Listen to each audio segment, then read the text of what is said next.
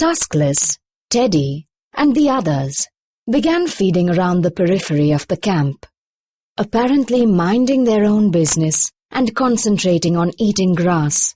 However, Tuskless surreptitiously turned the tip of her trunk towards the kitchen and the tents to smell what and who was there. Wafting from the place where the food was kept was the delicious odor of very ripe bananas.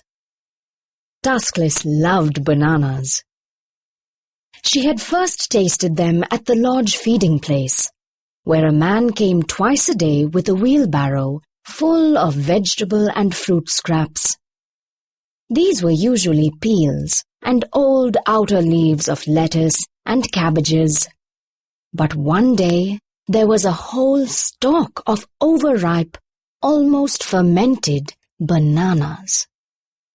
Tuskless liked the smell immediately, plucked one off the stalk, popped it in her mouth, and savored the sweet taste. She managed to eat most of them, sharing as few as possible with the others.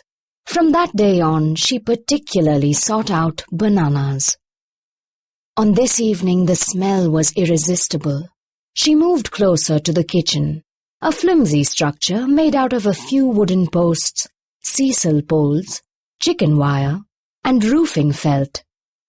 She could smell other good things as well: pineapples, oranges, and various vegetables. She also noticed that it was unusually quiet in the camp tonight. There were no voices, and there was no strong, immediate smell of humans. She stopped feeding and rumbled gently. Tanya answered from among the palms with her unmistakable, long, rolling rumble, but stayed where she was. Teddy, Tawny, and Tilly also answered, and they walked over to join Tuskless.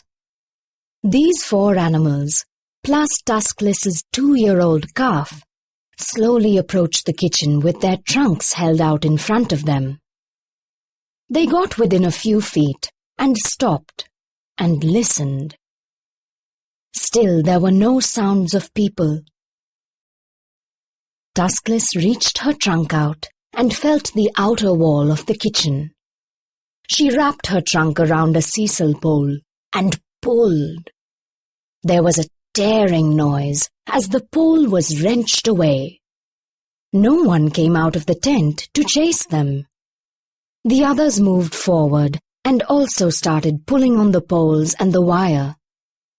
Tuskless quickly made a sizable hole in one wall of the kitchen. She reached her trunk in and tried to feel for the bananas, but they were on the opposite side of the kitchen, and a table and a cupboard were in her way. She became impatient and leaned her head against the wall and pushed. The building swayed before collapsing sideways. The bananas were under the tilted-over wall and roof. But Tuskless was undeterred. She went around to the other side, which was more or less intact, and started forcing her way through that wall. Once she got her head inside, she began to pull things out, push things over, open things up, and gather in as much food as she could. The bananas went first, of course, closely followed by the pineapples, oranges, mangoes, and papayas.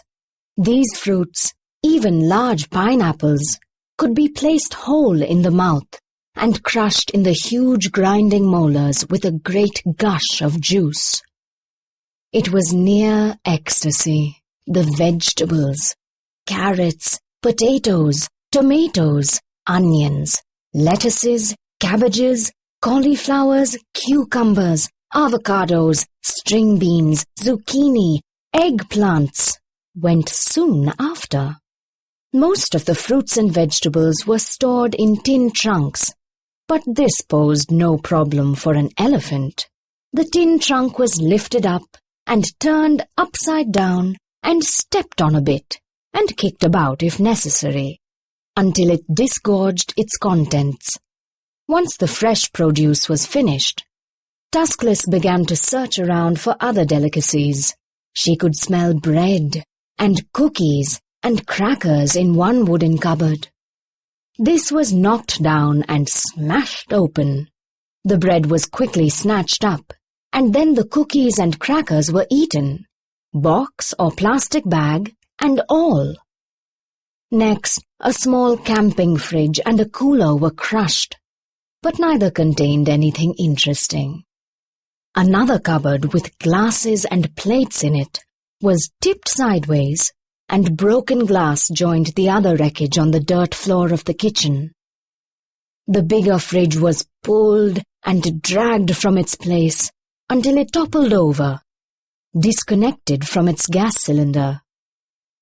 Noxious propane gas hissed out of the dangling tube with a sound and smell that would certainly have sent lesser elephants away.